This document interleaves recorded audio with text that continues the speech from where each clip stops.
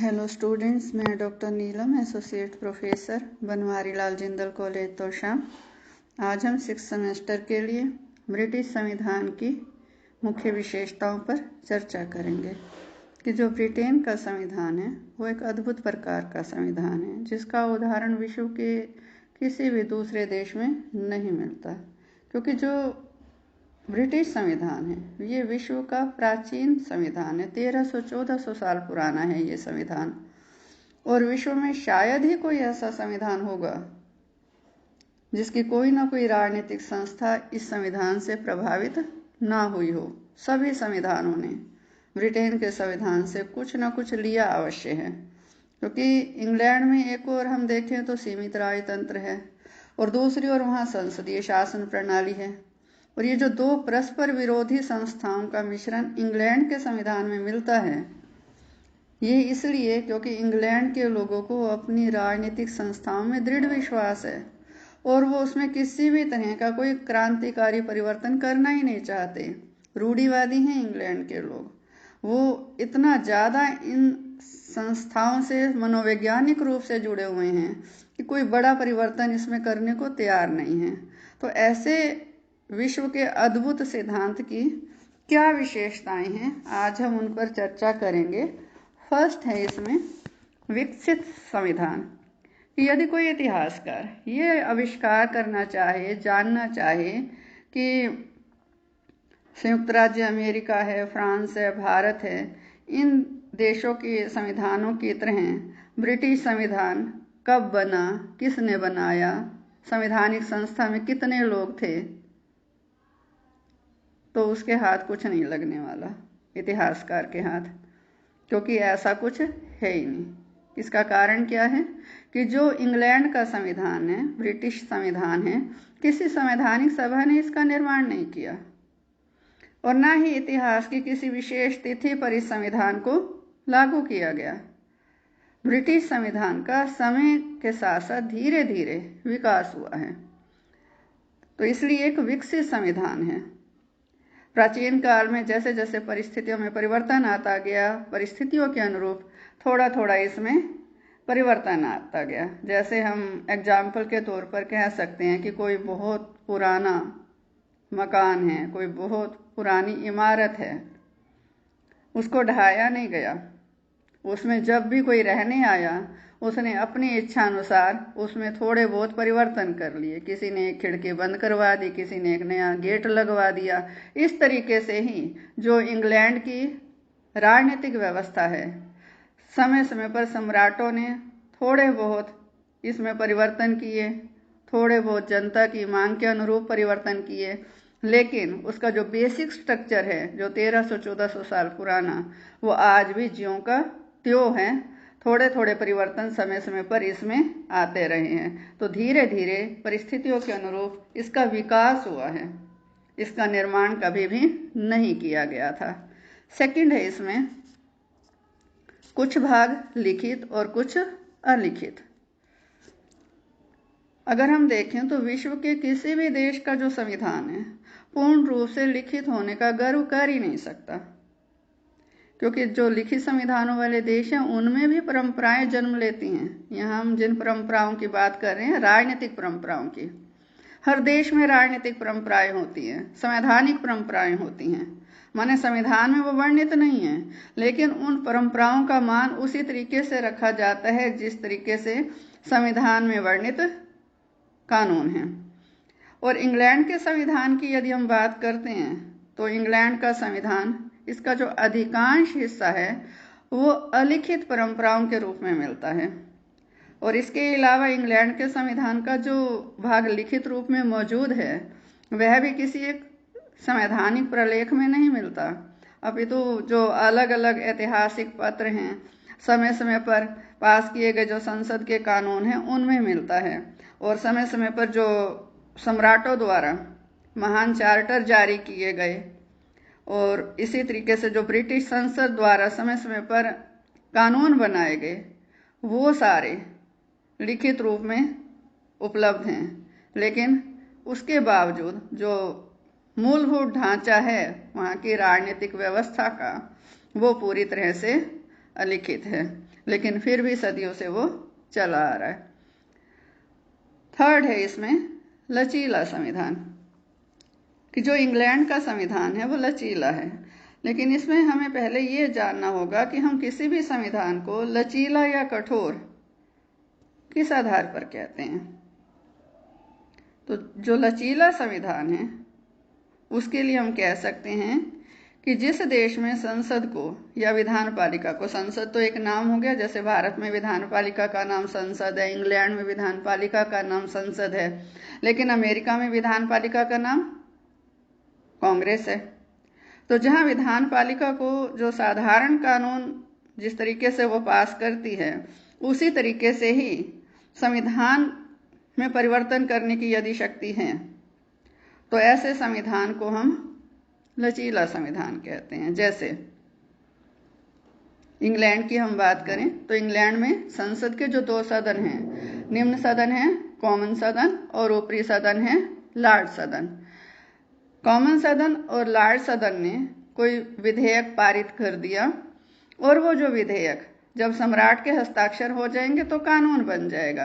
ये जो विधेयक पारित किए जाते हैं, जो साधारण विधेयक होते हैं संसद में, वो साधारण बहुमत से पारित किए जाते हैं।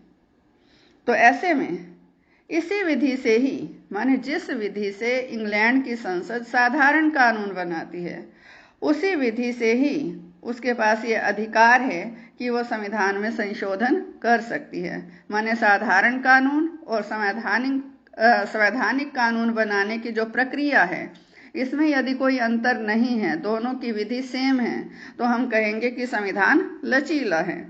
और इसी तरीके से यदि साधारण कानून की विधि और संवैधानिक कानून की विधि में अंतर हो, संवैधानिक कानून के लिए माने संविधान में संशोधन के लिए किसी विशेष प्रक्रिया को जब अपनाया जाता है, किसी अलग विधि को जब अपनाया जाता है, तो उस संविधान को फिर लचीला नहीं कठोर कहा जाता है।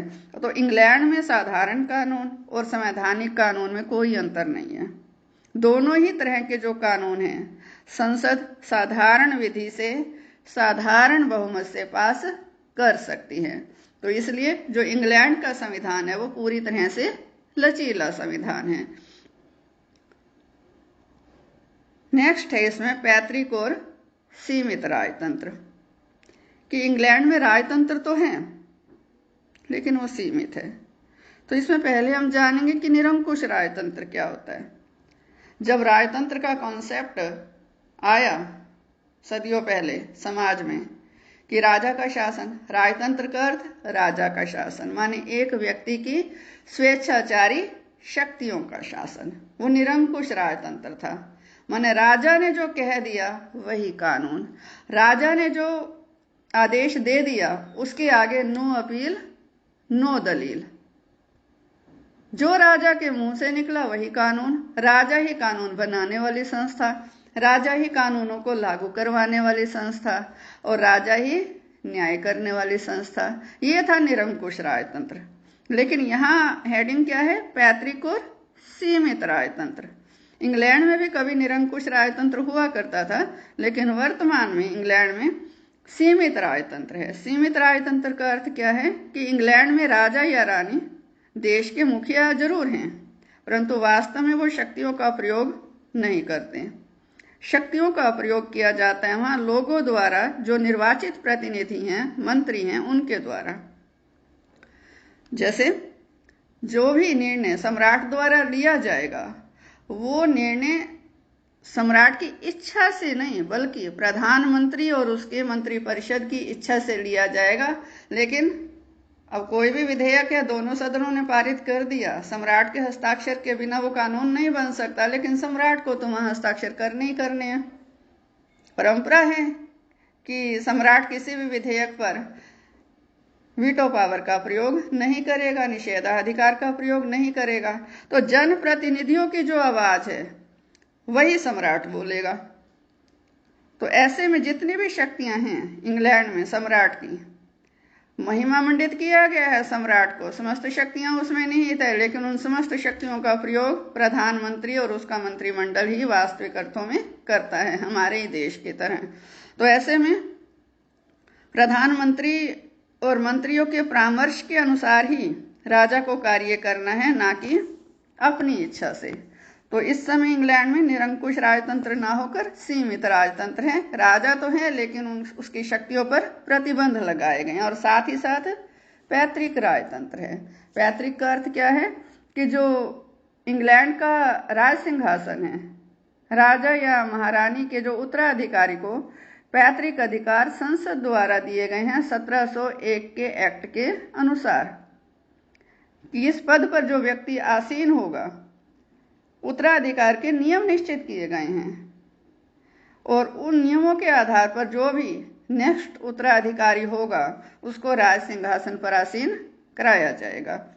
तो इस तरह से इंग्लैंड में पैतृक और सीमित राजतंत्र है कि राजतंत्र होते हुए भी राजा के पास राजा का पद होते हुए भी, वो सम्राट होते हुए भी अपनी इच्छा से कोई भी राजकार्य संबंधी निर्णय नहीं ले सकता। उसे प्रधानमंत्री और मंत्रिपरिषद की इच्छा पर ही निर्णय लेने पड़ते हैं। नेक्स्ट है इसमें संसदीय शासन प्रणाली। अब यदि हम देखें तो संसदीय शासन प्रणाली का तो आरंभ भी इंग्लैंड की धरती पर हुआ है, और ब्रिटिश परंपरा के आधार पर ही दूसरे देशों में भी इस तरह की शासन प्रणाली स्थापित की गई।